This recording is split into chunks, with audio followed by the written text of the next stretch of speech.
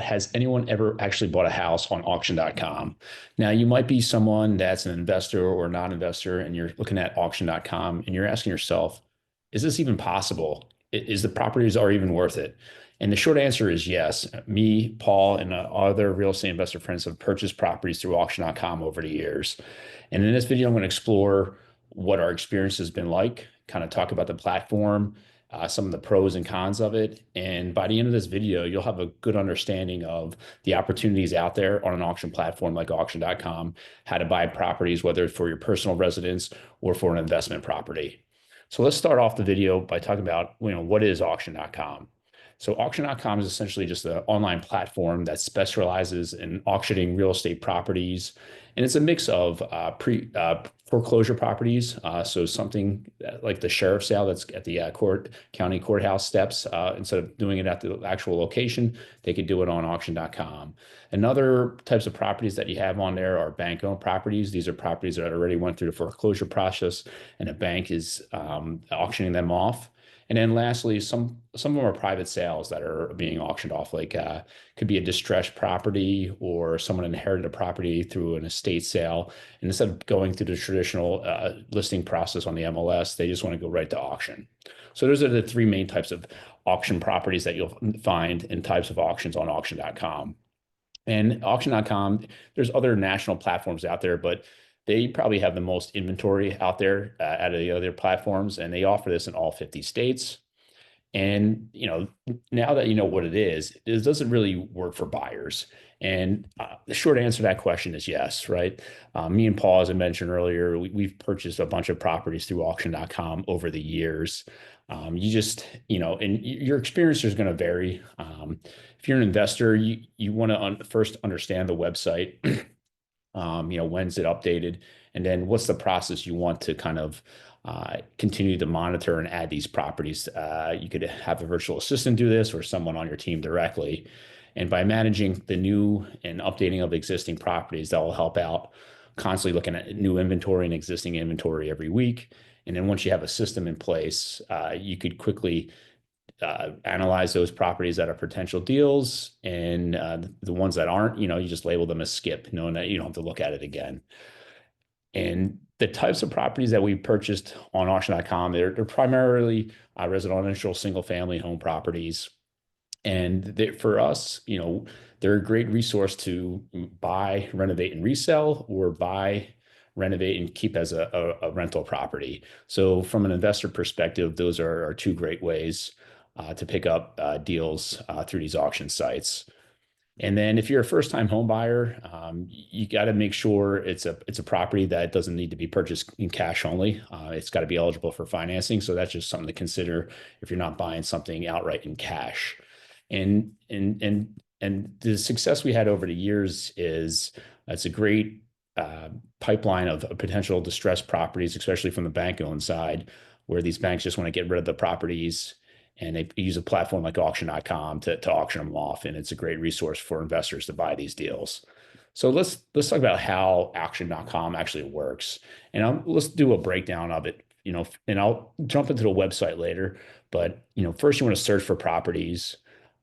You could go on there and it'll kind of give you a national footprint, and you want to look at for available properties out there. You can narrow it down by state, city, price range, property type. And then you want to learn the common language out there, such as, what's the earnest money deposit required? Sometimes it's as little as $500 down. Sometimes it's up to 5 to 10% of purchase price. And you're going to have to learn to create your own profile on auction.com, register for auctions, and then understand the bidding process.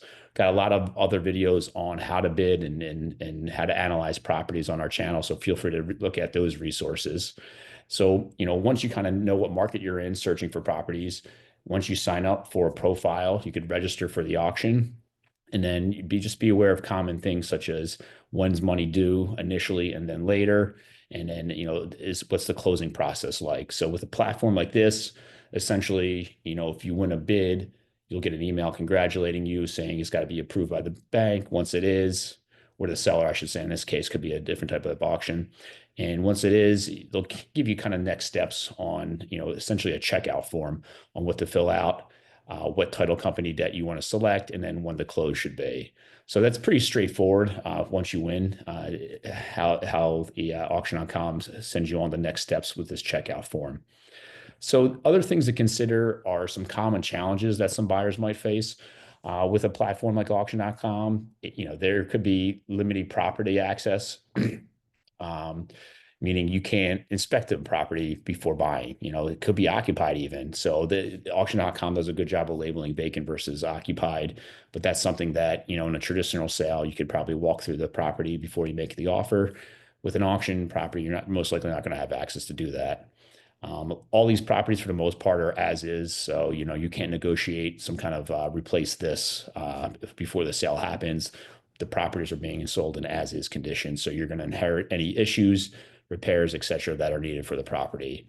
And then, competition, there's, stick to your numbers. Don't let get emotions in the way when bidding. You don't want to overbid on a property.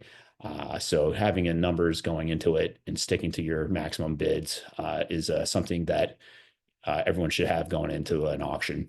And then, as I mentioned earlier, there's some financing constraints. Some properties require cash payments only. Some are eligible for financing, and they'll even have some specialty financing, like eligible for like a 203K FHA loan as well. And tips for success on auction.com, if you want to improve your chances of success, some tips to consider are, I meant do your research. Once you identify where you want to buy properties, review the information. Make sure you know what the after repair value is, what the repairs needed are, and then from there you could back off any financing costs, holding costs, and profit that you want to make on a deal. That'll be your maximum bid basically, and stick to that when bidding.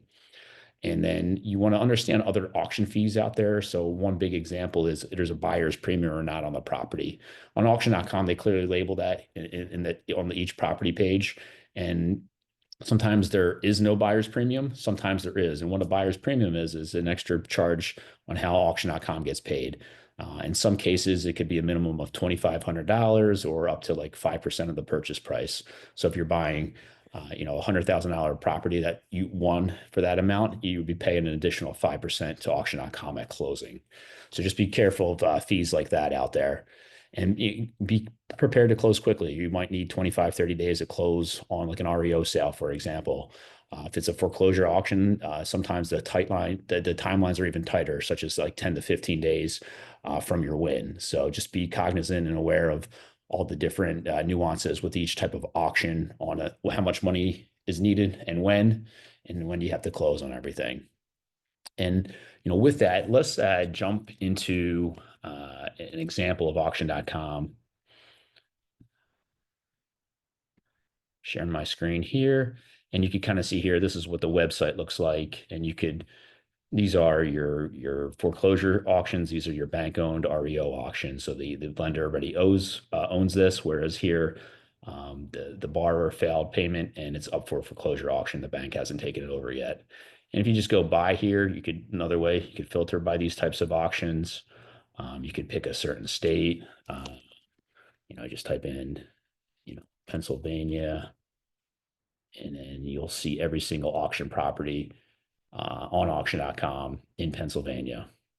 And you can see all the different colors where they're the different type of assets. I think blue are bank owned, purplish are private seller, and green are foreclosure auctions. And just to give a random property example here, this one's in Philadelphia. It's part of the sheriff's sale process. It's a foreclosure sale labeled here. And they give you some basic information on the property. And then down here is more around the auction. So this one's set on the Tuesday, May 6th at 10 a.m., Philly Courthouse. So this is a sheriff's sale auction through Philadelphia. You can see here it's occupied. And it's a cash only sale. It's conducted by who and everything else. So this is an example of a sheriff's sale type of property. Now, if we go to bank owned, this is what an REO looks like. Let's pick a random property here. I guess it's in the Baltimore area. You can kind of see here that it is labeled as bank owned up here. And then This property auction starts on the 13th to the 15th of April. Some property demographics here. You can see it's vacant. In this case, I mentioned earlier a hidden fee. This is a buyer's premium of 5% or $2,500. This is a cash only sale. There's no interior access, and an agent can't get comped on it. So that's an example of a bank-owned property. And then I have created other videos that kind of really walk you through deep dive into auction.com. So feel free to take a look at those as well. Hopefully you got some value out of this. If you did, please smash the like button and feel free to share to anyone that you think might find value in this video. Thanks.